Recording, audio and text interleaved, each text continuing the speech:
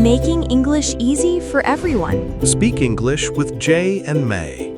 Hey, English learners. Welcome back to Speak English with Jay and May, your cozy little place to build your English confidence. I'm May. Hello, May, and hello, everyone. I'm Jay. How are you today, May? I'm doing really well, Jay. Actually, today I'm feeling extra excited because our topic is something that will immediately make your English sound so much more natural. Oh, yeah? What's the topic today? Prepositions. 43 English prepositions you absolutely must know for daily life. Okay, wait. Prepositions sound a little scary. Like, I remember hearing that word in school and just zoning out. Right? But here's the thing. You already use prepositions every single day. Like when you say, I'm at home, or the keys are on the table, those little words, at, on, those are prepositions. Oh, wow. So I've been using them without even knowing. Exactly. And today we're going to make you use them with confidence. You'll know exactly which one to pick and why. I love that. Let's do it. But before we jump in, Jay, do you want to say something quickly to our listeners? Yes, if this podcast helps you learn English, please subscribe, hit the like button, share it with a friend, and turn on notifications so you never miss us. We come back every single day. Every day. Okay, let's get into it. So, Jay, let me ask you, where are you sitting right now? I'm sitting in my chair at my desk next to the window. Perfect. You just used 3 prepositions, in, at, and next to. That's exactly what we're talking about today. No way! It's that natural? It really is. Prepositions are like the glue of English sentences. They connect things, places, times, directions, relationships. Without them, your sentences just fall apart. Okay, so where do we start? Like, there are 43 of them? Yes, and don't worry, we're going to go through them in groups so it feels easy and fun. First group, prepositions of place. These tell you where something is. Okay. Like where your phone is. Exactly. So the most common ones are in, on, at, under, above, below, beside, between, behind, in front of, near, next to, and opposite. That's a lot. Can you break them down? Of course.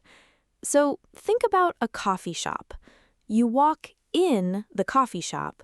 You put your bag on the chair. You sit at the table. Simple, right?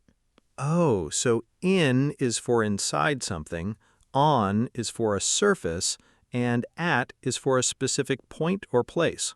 Yes, you got it. And here's a little trick. We say in a city, in a country, in a room, but we say at the airport, at the station, at school. Okay, that's actually really clean. What about under and above? Under means lower than something. The cat is under the bed.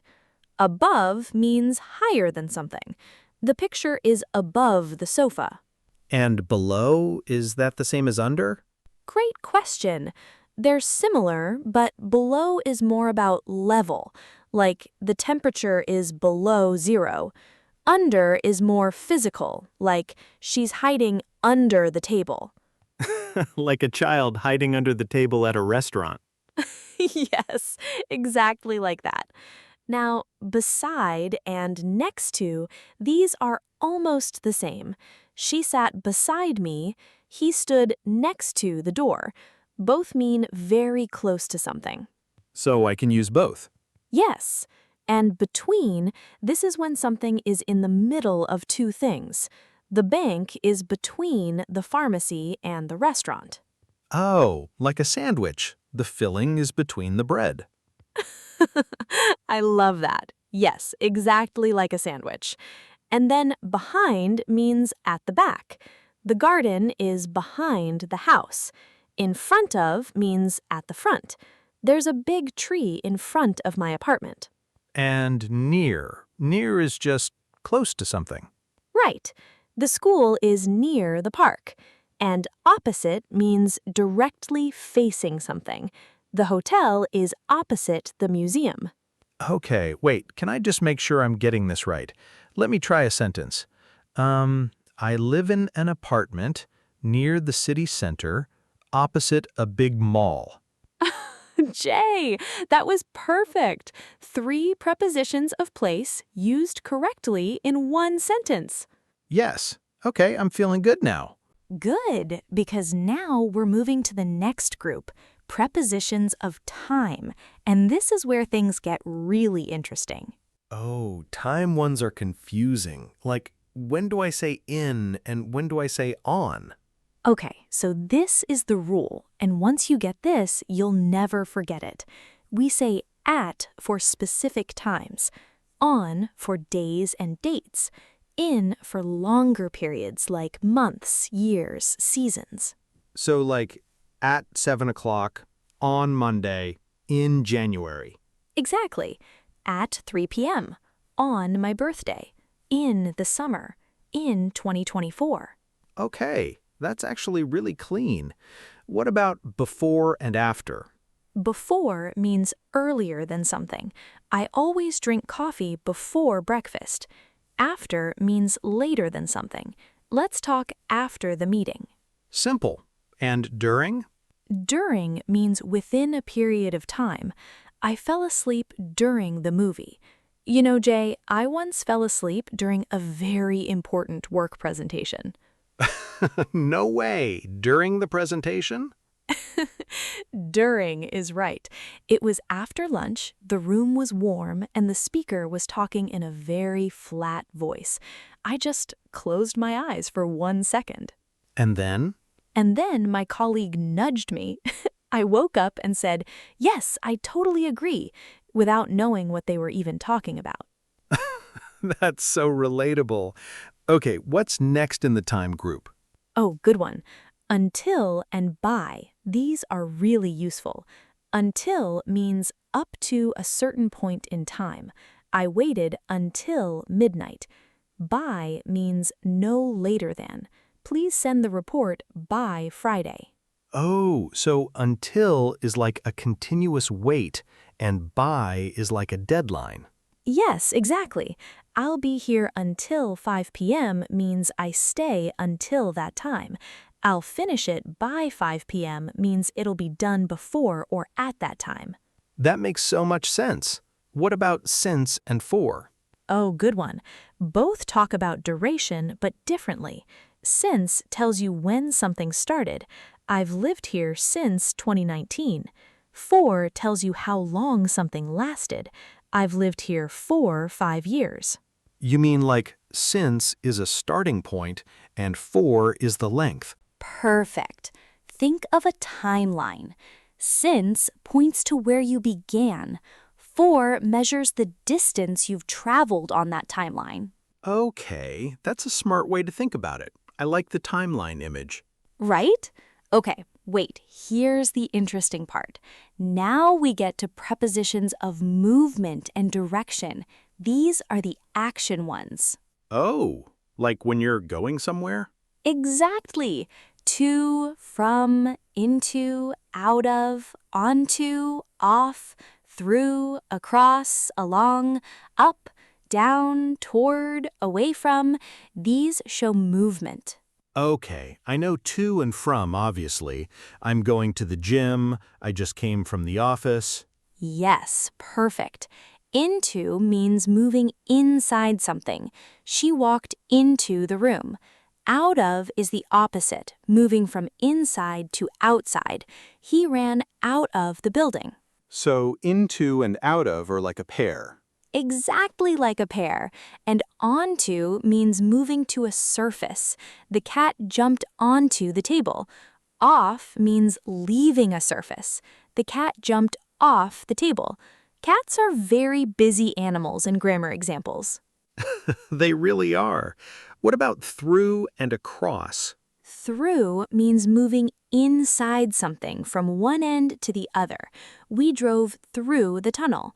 Across means moving over a flat surface or an open space. She swam across the river. So through is like going inside something, and across is more like the surface of something. Yes. Think of it this way. Through a forest, you're inside the trees, moving through them. Across a field, you're going from one side to the other, on top of the ground. Oh, this is where things change. I used to mix those up all the time. Most learners do. And along. Along means following the length of something. We walked along the beach. It's a beautiful image, right? Yeah, like a sunset walk along the beach. Ah, exactly. And up means moving to a higher position. Down means moving lower. She climbed up the stairs. The ball rolled down the hill. And toward, is that the same as to? Similar but different. Toward means you're moving in the direction of something, but maybe you don't arrive. He walked toward the door but stopped. To usually means you reach the destination. He walked to the door. Oh, interesting. So toward is more like heading that way, but not necessarily arriving? Yes, and away from is the opposite of toward. She slowly walked away from the crowd. Okay, I love the movement ones. They feel very visual. They are visual, and that's exactly how you should think about prepositions, as pictures in your mind. Don't just memorize them, see them. That's such good advice. Okay, what's the last group? The last group is what I call prepositions of relationship or connection. These include of, with, without, about, for, by, like, as, despite, because of, instead of, according to. Okay, these feel a little more abstract. They are a bit, but they're super common. Of shows belonging or connection, the cover of the book, a cup of coffee. Oh, I use that one constantly. A bottle of water. The end of the day. Yes, it's everywhere. With means together or having something. She came with her sister. He spoke with confidence. And without is the opposite, right? Exactly. I can't work without music, which is very true for me, by the way. Me too.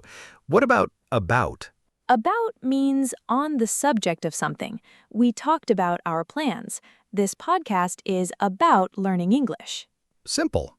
And for? For has a few uses. It can show purpose. This pen is for writing. It can show who benefits. I bought this for you. It can also show support.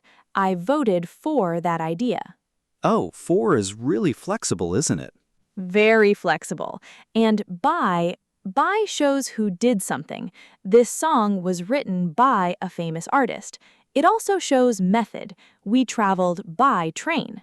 So by train, by car, by plane, those are all prepositions of method. Yes, I paid by card. She sent a message by email. Very natural in daily life. What about like and as? People mix those up a lot, right? They do. Like is used for comparison. She sings like an angel. As is used for roles or functions. She works as a teacher. You mean like is for similarity and as is for what someone actually is or does? Perfect way to put it. He acted like a child. He's not a child, he just behaved similarly. She works as a nurse. That's actually her job. Oh, that clears up so much confusion. And then we have despite. Despite means something happens even though there's an obstacle. Despite the rain, we had a great time. Oh, I love that one. It sounds very expressive. It does. Because of shows a reason. We stayed inside because of the storm. Instead of shows a replacement. I had tea instead of coffee. So instead of is like swapping one thing for another. Exactly. Let's take the bus instead of the taxi. And the last one, according to. This means based on what someone said or a source of information. According to the weather app, it will rain tomorrow. Oh, we use that in news too, right? According to the report. All the time. It's very professional and very natural. Great observation, Jay. Okay, May, I want to do something fun. Can we quickly go through a little scenario? Oh, yes, let's do it. Imagine this. It's Monday morning. You wake up in your bedroom. You look at the clock. It's 7 o'clock. You get out of bed and walk to the bathroom. You look in the mirror. Then you go to the kitchen and put coffee on the stove. You wait for 5 minutes. You sit at the kitchen table with your coffee. Jay, you just used 8 prepositions perfectly in a morning routine. I didn't even realize I was doing it.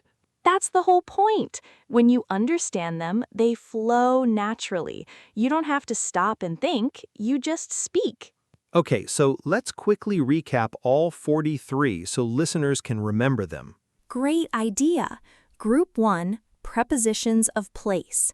In, on, at, under, above, below, the side, between, behind, in front of, near, next to, opposite. Group 2, prepositions of time. At, on, in, before, after, during, until, by, since, for.